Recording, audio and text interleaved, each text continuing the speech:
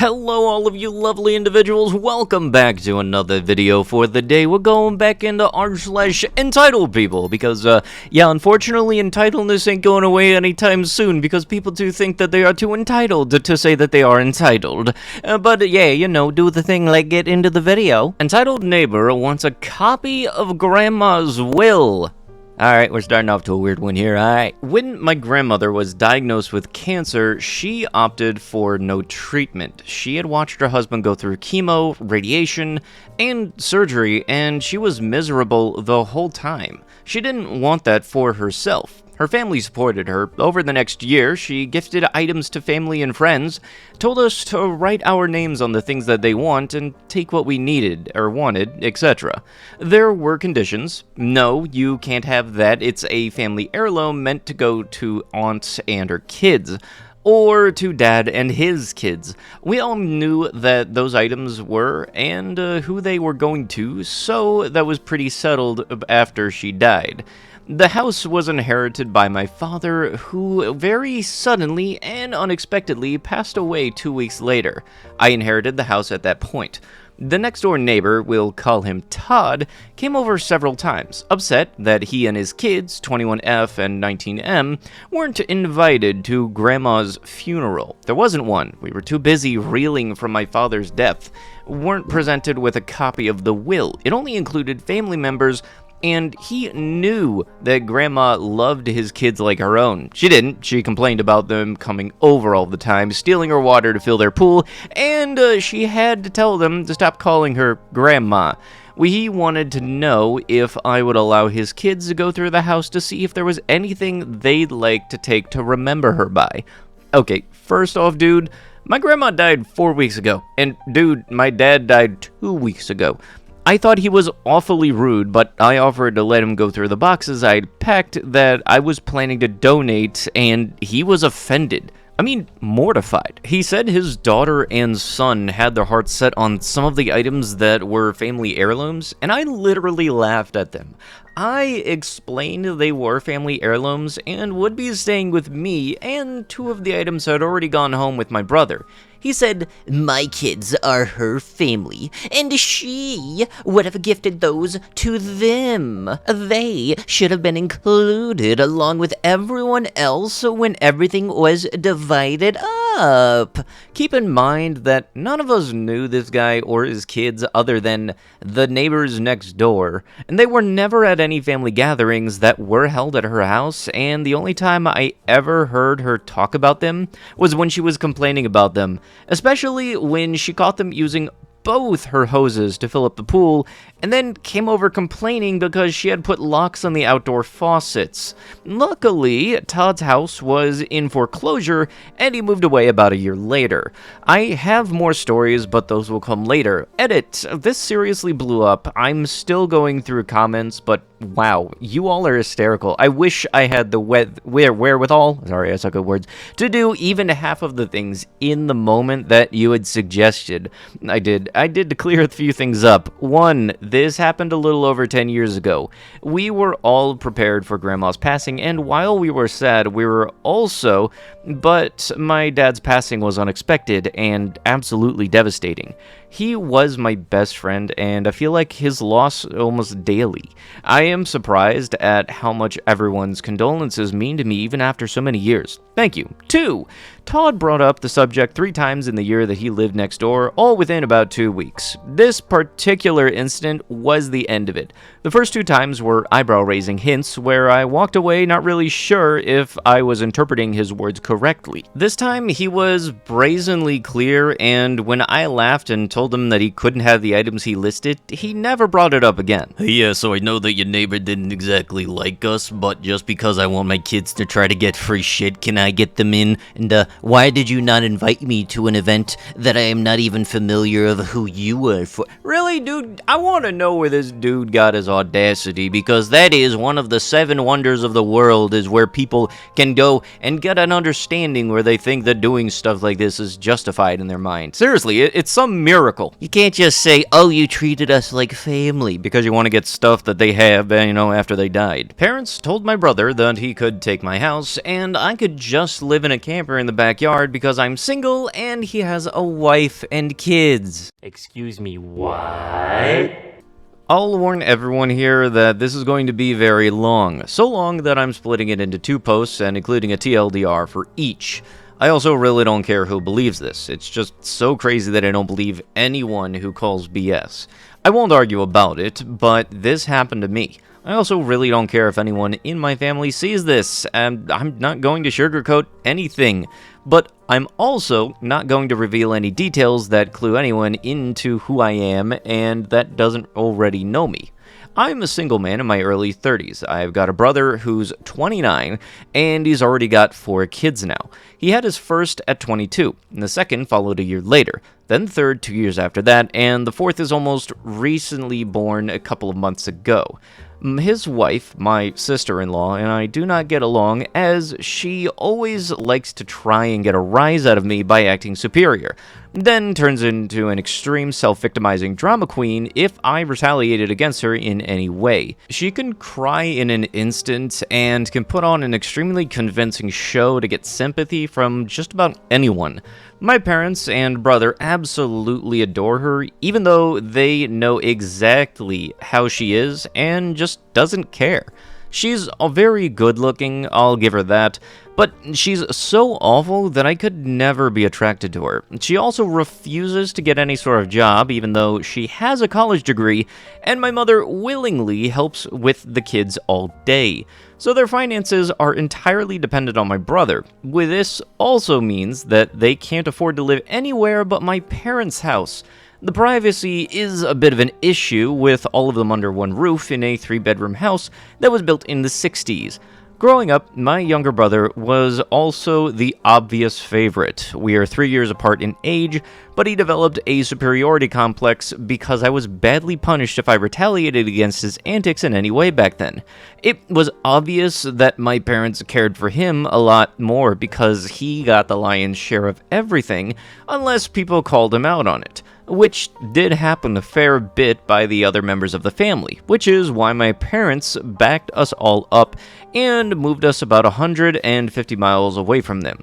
So they generally only would see us on the holidays since it was a 3-4 hour drive.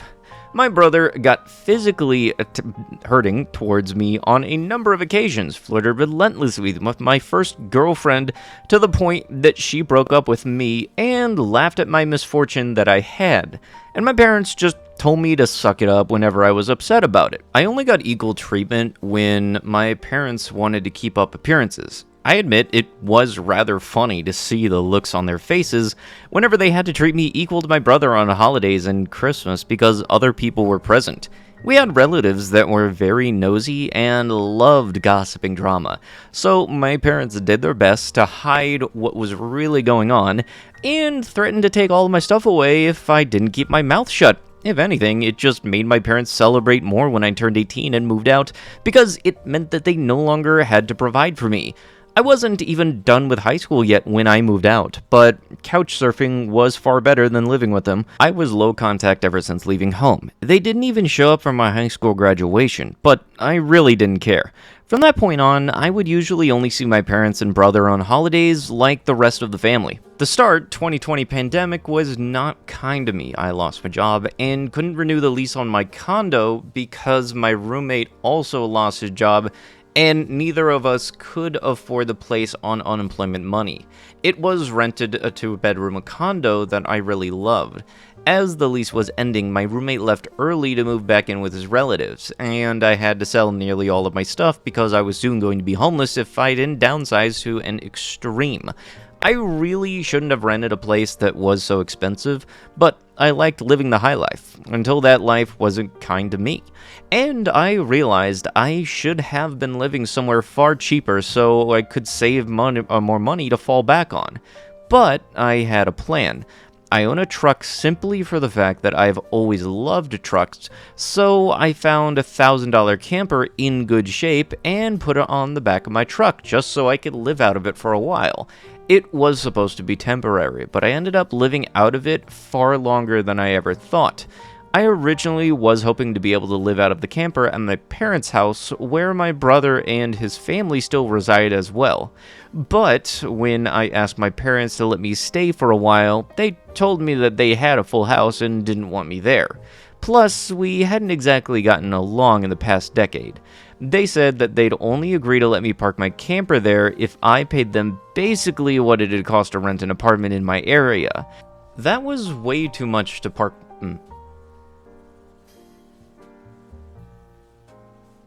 That was way too much to just park my camper. I was jobless and trying to save as much of my employment money as I could until I could find a new job. I may as well be living in an apartment with that rent price they were asking. My parents called my camper an eyesore and told me to take a hike since we couldn't come to an agreement. And sister-in-law thought it was absolutely hilarious I had to live in a camper. My brother joined her in pointing at and mocking me while calling me a homeless bum. I parked my truck/camper in a store parking lot to sleep on the first night that I had nowhere else to go. I felt scared out of my mind that someone might try to break in. Suffice to say, I didn't sleep well that night. There was nowhere else that I could go, as any other relatives that owned houses were fairly far away, and all of my friends were all apartment people, and I'm pretty attached to the area as well. So I didn't want to just leave. I'd also had my mail forwarded to a friend's apartment. It was the only way I could still get my mail anymore. And finding a stable place to park was pretty difficult. I went looking around and trying to find a job similar to my old one. It took months of living the nomadic camper life. In that time, I had a lot to deal with. Everything from beggars and addicts to people demanding I leave because my camper was an eyesore. At one point, someone who told me to move claimed to be with an HOA. I wasn't even parked on a street with houses, and when I questioned what HOA, they got incredibly belligerent and threatened me. I moved my camper away just to avoid the trouble. In order to have a steady supply of electricity, I learned to use a long extension cord to plug in anywhere I could to recharge my camper batteries. This meant sneaking around and plugging it into an outside outlet of a random building where I parked on the street. I know that's a scummy thing to do, but I had to keep my batteries charged so my refrigerator would stay cold. I had a small solar power bank for recharging my phone, but I didn't have anything like a generator. And generators are noisy and require fuel anyway, so I did what I had to do. After months of living like that, I finally managed to get a new job. I had to move to the neighboring city and find the job that didn't involve retail. I worked retail while in college and promised myself never again. Though I was nearly ready to break that promise. I was still getting unemployment money, but I had no stable place to live after receiving it, and I didn't want to still be jobless when it ran out. Plus, I was bored out of my mind. I had little else to do but read, watch movies on a small portable DVD player, use my phone or laptop, and keep note of where I could park and what local public bathrooms I could use. I kind of envy the Japanese have public bathhouses.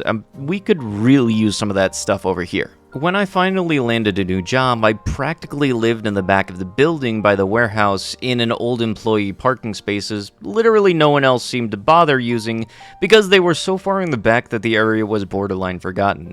My boss/company owner actually liked this arrangement because I was willingly available to take a shift that I could get, as so long as I had enough sleep. He even let me take the camper off of my truck and set it up in one of the spaces so I could drive around without it. Not exactly sure if this was legal, but no one bothered us about it. The entire time I lived back there, I didn't have to deal with many trespassers. There were a few, but the security guards escorted them out. I was pretty much on call almost all of the time when they needed me, and was working virtually every day of the week. My boss let me plug my camper into the building for power and water, and I paid a small amount of the rent by working for free on Sundays, when no one else was in the office but the janitor and the security guard. Beyond that, I usually had to shower at a friend's apartment, or my local gym, as the camper didn't have a shower in it, and only a portable toilet. And I didn't want to fill it because emptying it is a nasty chore. So I used other bathrooms as often as I could. I had a key to the warehouse and could go in to use the bathroom there at any hour. I was even on a first-name basis with the night security guard. He's since become one of my closest friends. The camper was easy to heat in the winter with a small electric heater. Summers were not fun, though. The camper didn't have any AC, so I had to get used to portable air conditioners just to make it bearable. I made a lot of overtime pay, and hands-on learned some new skills from other employees. Eventually, midway into this year, I landed a better position in the company as a supervisor and started making a better salary than my old job. That's when I decided I wanted a house. The scare I'd gotten from losing my condo made me realize that I needed something much more stable for the long term. I looked around for something close to my work, and just 2 miles away found a 3-bedroom manufactured home on a small property, but I managed to get it for $10,000 less than the asking price somehow. I used nearly my entire savings for a down payment and got approved for a home loan. I finally didn't have to live in a camper anymore. There was enough space for me to back my truck in behind the house to take the camper off and set it up in the backyard. So I put it there as my own little building just in case I wanted to use it again. When I was fully settled into the house, I was dumb enough to brag about it on my book of faces. My family saw the post, and that's where this shit really starts. After a few weeks, my parents and brother, along with his family, came to visit completely unannounced to have a tour of my home. I didn't even give them my address, so how they found out where I live, I still don't know. None of my friends have fessed up, and no prior family members have visited me before that. So I wonder if they stalked me once at work and followed me home or something. It really wouldn't surprise me. Once I opened the door, they practically all shoved their way in like a rambunctious tourists. Then just started making themselves at home. They all kept poking around, and sister-in-law had this creepy smirk that she was repeatedly flashing me. And it was only later that I figured out why, and it made me madder than a bull on steroids that just got stung by a hornet. My parents were constantly talking about how I've got so much extra space now, and it's too much for someone like me who has no wife or kids. Sure, not now, but maybe someday. And my brother kept remarking about how there was more space than our parents' house, and my house was closer to his job too. Red flags all around, I know. Eventually, my brother asked to speak with me privately. Everyone else suddenly left the room and piled out onto the front porch. That's what finally made me realize that they had planned something. My brother, let's call him Dan for the sake of simplicity, said that the house was too much for me alone, and I should let him move in with his family because his wife is pregnant with kid number 4. And my house is much closer to his job. He pointed out that I already have a camper, so I could just live in that outside while they live in the main house. And I'd like to point out that Dan never once spoke of offering rent. Mind you, he's got a good job. He also started talking about how there would be changes, and even curfews, and that I couldn't just walk in at any time without prior notice. If it weren't my brother, I think this person I was talking to had lost their mind. But Dan lost his marbles long ago, thanks to our parents treating him like he is the center of the world. I tried to speak, but he kept talking over me as if I had no say in the matter. There was no way in hell I'd rent my house or parts of my house to him. Other people maybe, just so that I can pay the mortgage off more easily, but certainly not him or his nasty wife. I've heard of this exact kind of situation in videos online many times, and never once did I think I'd actually live it because I thought it was so ludicrous. But my parents, brother, and sister-in-law do all fit the bill for a bunch of narcissist-entitled crazies, so I picked up my phone and set it to start recording, then just held on to it. Dan didn't even seem to care or notice that I had done this, and just sat there with his arms waving around while talking about all of the reasons of why he needed my house. Then went from saying that to acting like it was a done deal and trying to reach out his hand to shake mine. That's when I finally showed my backbone and said, "Hell no!" And I said it loud enough that Dan stumbled backwards for a second. I had rarely ever raised my voice to him on that level because I was punished by our parents whenever I did. But this was my house, not theirs. My spine can be as shiny as it was there. I stood up to them and then told them that my house was not up for grabs, and acting like I'll let them move in just because they want it won't make it happen. I bought my house for me, and it's not my fault that he keeps having more kids and has to keep living with our parents because he can't afford to move out. Dan got as physically close to me as he could without actually touching me and said that I didn't deserve the house and he needed a better place for his family to live. I laughed back in his face and said that that was total bullshit because I worked hard to be able to buy my house. Of course I deserved it. Dan started yelling that I have no wife or kids and that I don't need all of this space, so I may as well give it to him. I said I'm not giving him anything, and he never even offered to pay me rent. If I let him move in, I'd still be covering the entire mortgage of my own house without being able to even live in my own house. Then Dan told me that he shouldn't have to pay rent because his family comes first, and our parents said I was going to do this, and that I will.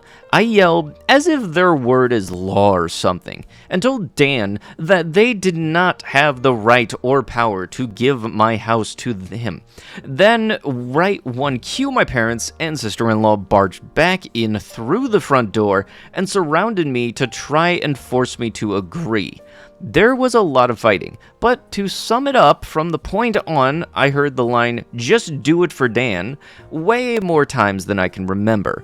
In the fight, I told them all that they don't have a say in my life or my house, and to get out before I called the cops. Sister-in-law screamed the loudest at me about how she was pregnant again, and I can't do this to her. I said I did nothing to her. She just assumed that she could take from me like I would just allow it. I had no obligation for her or her family. Then I called her a stuck-up, yeah, I'm not still saying that, who never had any respect for me. So I don't care what she thinks or how many kids she has. I have no sympathy for her. She won't be living in my house. Well, that made her angry enough to attack me. She got in one good hit on my face and tried to do more, but my brother held her back, kicking and screaming. She kept demanding he let her go so she could scratch my eyes out. The phone I was holding recorded pretty much everything, so I held it up and said that I was going to call police if they didn't leave right away. My parents told Dan that they were leaving.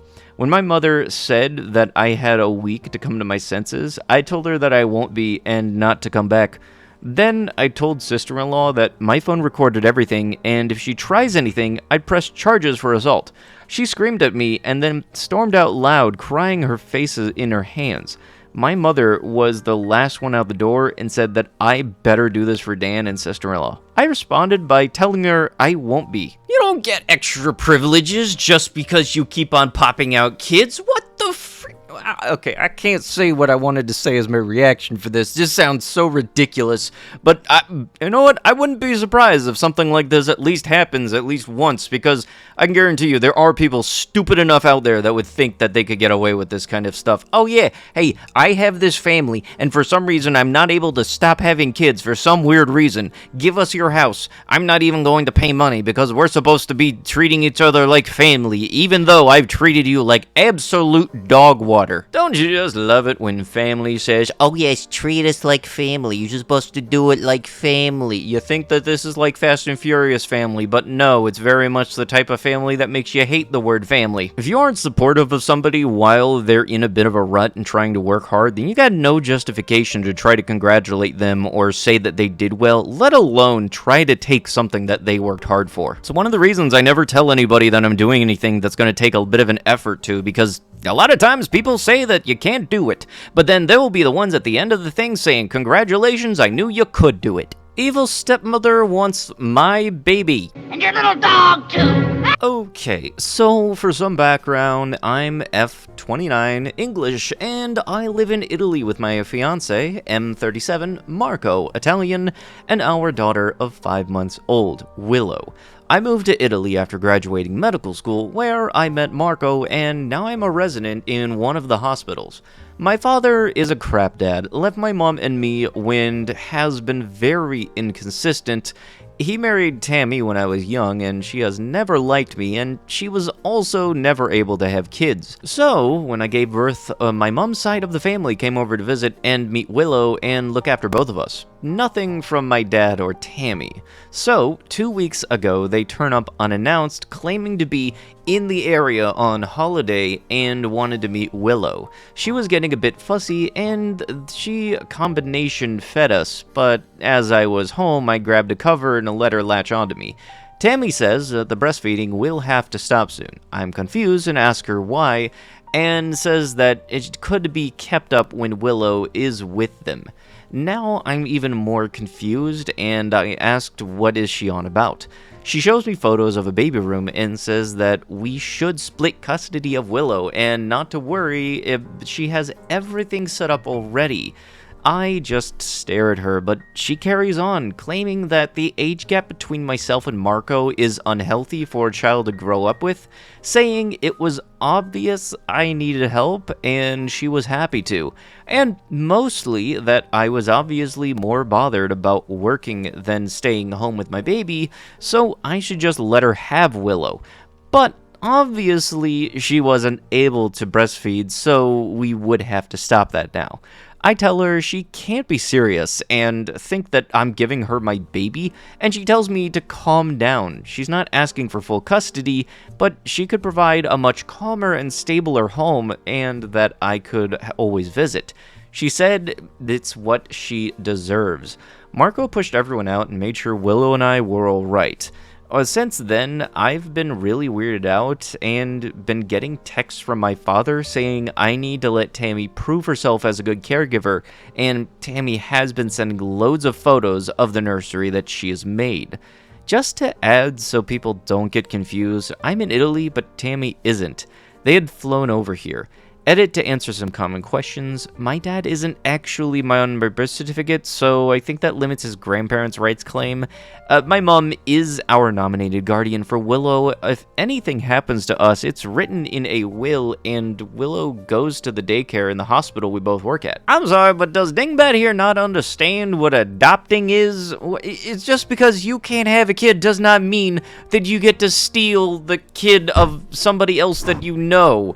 That does not make sense whatsoever. Really, just looked into adopting. There's many kids in foster care systems that could use a valuable home, but even then, I still feel like you would have to qualify as a legitimate parent. You know, maybe just the whole trying to steal somebody else's kid probably isn't the best thing to go on your record. But with that, that is going to have to be it with the video. If you guys would like to be absolutely amazing, show your support, and see more videos like this one in the near future, be sure to hit that like button, leave a comment down below to start up the wholesome internet discussions, and if you guys have not already, subscribe to the channel and turn on the notifications. Hopefully you guys are liking these longer format videos. I know some people like it as background music, but you know what? I'll be sure to see you guys in the next one. Thank you so much for watching, and bye-bye.